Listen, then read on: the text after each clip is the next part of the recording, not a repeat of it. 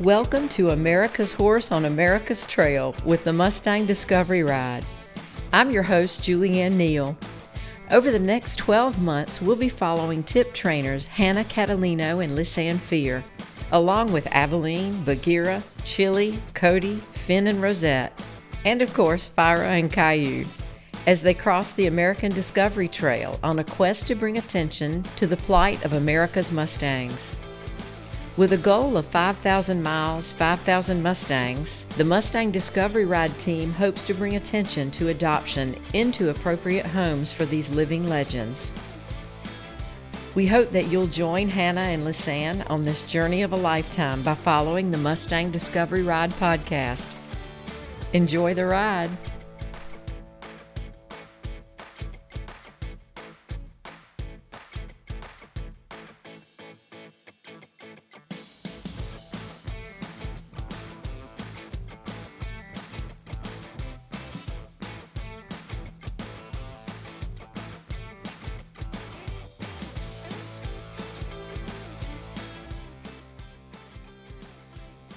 So Diana DeRosa, thanks for joining us today on the podcast. It's good to see you. It's wonderful. I was with you not too long ago, but we always have such a great time when we're together. I always enjoy working with you. I mean, from all the Equus Film and Arts Fest stuff to all the things that we've started doing now on our own, it's always a pleasure. And I have to say, being together on this Mustang Discovery Ride was sort of, it's sort of different. The last day that we were together in Maryland, especially, was just totally different from any project we've ever done. So tell me your thoughts. You've come in as not only you've provided some guest videographer, guest cinematographer, but you're also doing some wonderful things for Equus Television. So tell me your part of what's going on with the Mustang Discovery Ride and how that fits into your Equus TV role. Well, I mean, I came along when Lisa asked me if I would come for the Maryland part of this series, and I had just gotten back from doing a lot of things with Equus Television, from the Olympic Games to Equitana USA to a couple of things from the Tryon International Film Festival. And then on my way home, stopped with the Mustang Discovery Ride and basically was there to do photos and some video for you when I could find, good video that would work out, or we were in different places. And then along the way, I said to Lisa, you know what, I've got an idea. What if I work on, doing something for Equus Television Network as well to profile everybody? Because I think it's really important for people to know not only the two girls and the people behind the scenes, like you directing the film and Lisa sort of doing, overviewing everything, but also the girls' horses, mules, dogs. I mean, get to know the different personalities, because this is going to be a year-long trip. And what better thing than just kind of follow along and get to know what these different animals are like and how they change over the year. Well, that's exciting. I mean, I was just talking to the girls and saying the exact same thing. The hard thing for me is having the patience, because I recorded, I filmed it, I have the photographs. I want to put them out now. And for the documentary, you can't do that. I've got to hold back and really take some time with it. But the work that you do, and I mean, your turnaround is just boom, that quick. So you're a professional, obviously. No, but I don't think it has to do with professional. I think it has to do with the concept, because you're professional too. But what you do is so much more involved. I am only going to use one, movie camera. I know that I've got to do it in one take. I can't be, editing afterwards. This has to go fast. So, everybody kind of knows the way that I do things. I kind of give them tips on how it's going to work so that we can do it in that one take. I just do the one movie camera, and we do an intro and outro and a few words from them, keep it short and sweet, and then it can be posted right away. So we're just different than what our goals are. But it's fun to compare equipment. And I know the morning we were starting off together the other day, it's like looking at think tank bags and Nikon cameras and all the different things. And it's just fun to collaborate on stuff like that. It really is. And you've been using some of those same cameras and same types of equipment for a long time. Are you still sticking with the things, the items that you've been using for all this time? Yeah, I'm I'm one of these people that really likes what I use and sort of tries to compact and pull it together and figure it how I'm going to use everything, and also to keep it so my wires and connectors and the movie stuff and the film stuff are all where they need to be. So if I'm in the middle of a shoot and my battery goes on my camera, I know that there's another battery in the bag or another card in the bag. And if I'm doing the movie, I have my movie bag with me, and I know if I need another card or what have you, the microphones, or I have that stuff right there with me, because otherwise it gets very confusing. And when you get too much stuff, it can be even beyond confusing. So I try to keep my basic things together, and that's the photo stuff and the movie stuff. And then I have extra bags with extra wires and things that may happen along the way, because you just never know. So I try to keep that separate. But no, it's a system. We all have our system, and I love watching what you do, and I'm learning from you, because I do want to understand more about the editing part of it. It's just that you have to spend all this time after the fact pulling it all together. And I'm just the opposite. I've got to get it up as quick as I can, get it to Equus, the television network, so that they can put it up as quickly. And I have to try to do the best product that I can within that time. And sometimes it's a challenge. I know with the series that I'm working on, I've looked at them all, and part of them were done in the brighter sun, and that made it very difficult. And sometimes you can't see your screen, and you're not going to know what you've got until you view it. So sometimes it's not as perfect as you'd like it to be. Well, and you have an ease of what I love the fact that all of the guest videographers and photographers have a certain style. And, Rhonda Gregorio has some beautiful work. The books that she does and the photography that she's done with Mustangs in the past, I know will come out in the footage that she's shooting. Jacqueline Taylor has been doing some stuff also for Equus Television, and she has a certain style. And then I see your work, and you just have such an ease in speaking with people and your interviews, and you get gorgeous shots. So what do you think is your strength? What do you consider your forte? I think it's the fact that I'm very relaxed when I talk to people, and I really mean that this is a conversation. I don't think about the fact that I'm being taped or that they're being taped. I want them to understand that we're in a conversation and forget everything else, and let's just have this great short conversation and, get to the heart of what's going on and what they feel and what they think. And I also think that when you speak about something that people are passionate about, it becomes a conversation. And I'm going to bring you back a long time ago when I worked for Christopher Reeve. And I remember the very first interview I had before his accident was, when he was walking and we had a chance to talk. And I remember when I started the conversation with him, I truly think that he thought I was going to ask him the typical about his acting and all of that. And so he was a little bit hesitant at first and corrected me when I called him Reeves and it's really Reeve. And then suddenly I started asking him questions about horses and the ride that he did and his passion for horseback riding and stuff. And suddenly the conversation became a conversation. And I've always thought about that's what is really important, that you forget that you're there in front of a camera taping something, and that the person that you're talking to feels like they're actually having a conversation with you. And that's what I think my strength is. I would definitely agree with that. And so that does bring me to something I wanted to ask you. You had some conversations with the girls about their animals. And I know I can't wait to see that, because I know those are going to be the times that they get the most excited and talking about why they're here, what they're doing, and the whole adoption process and trying to, bring about awareness for the Mustangs and holding. I already keep thinking I need one in the backyard. But of all of the animals that you met that they brought along on this journey, is there one in particular that just you felt a kinship with that struck you as just being special? There's actually no one. There are different things that stand out for me. For instance, Rosette, which is Hannah's horse.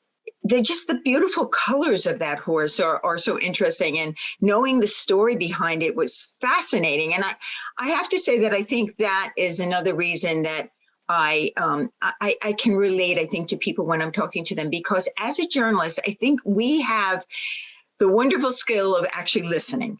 It's not like we're thinking about the next thing we're going to say. We're listening to what they have to say because we might have a question about it. We're really interested.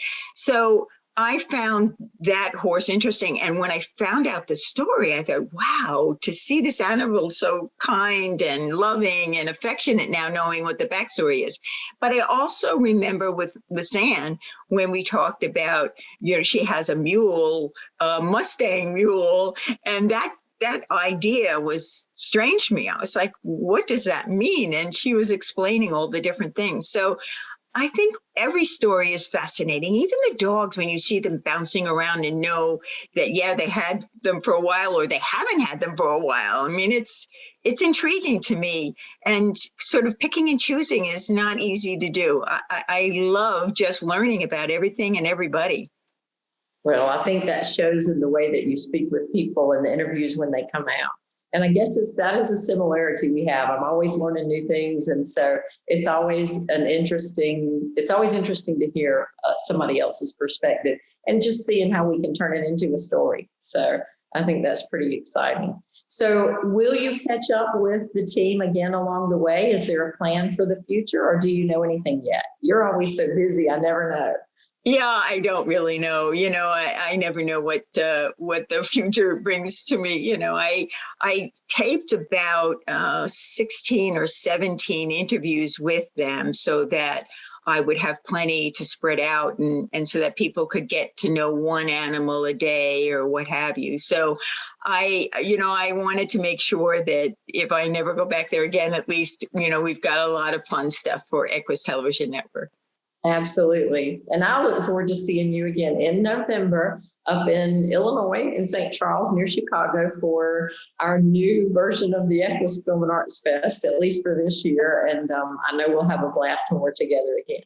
Yes, absolutely. Lisa Dearson was so much fun with the Mustang Discovery Ride. And now we go back to where Lisa and I really joined forces, and that was with the Equus Film and Arts Fest.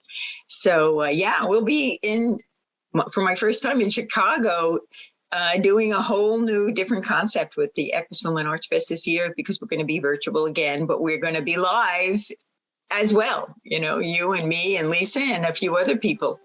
Yeah, and Bruce and I can't wait. We will definitely plan to see you up there. So thank you so much for joining us today, Diana. I look forward to seeing you again. Well, thank you for inviting me. I love talking with you. We have so much in common. Yes, we do. Yes, we do.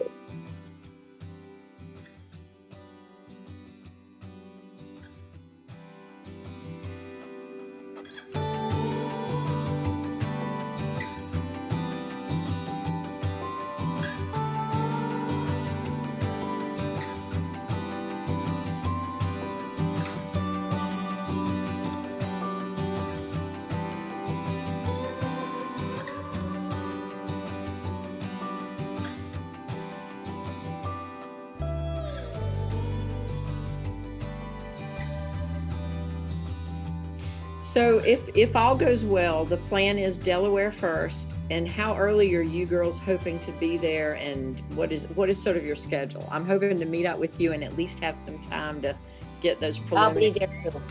So I think we're tentatively looking at being there September 25th. And then on September 26th, we're doing something with like the Mustang Meet and Greet Society or something. I can't remember. It is American Mustang and Burro Association Del Vomara chapter. Okay. Yeah. So we want to do like a meet and greet and a little demonstration or presentation that day. And then we'll have one day, the 27th, where I previously talked with Gloria Mitchell, who is in charge of putting together our permits for like filming on the beach right now. Yeah. She's supposed to send me stuff and I haven't gotten it from her. So I was going to reach back out to her too. Yeah. I kind of wanted to touch base with her too. Because we want to add horses to that. So I don't know if that changes the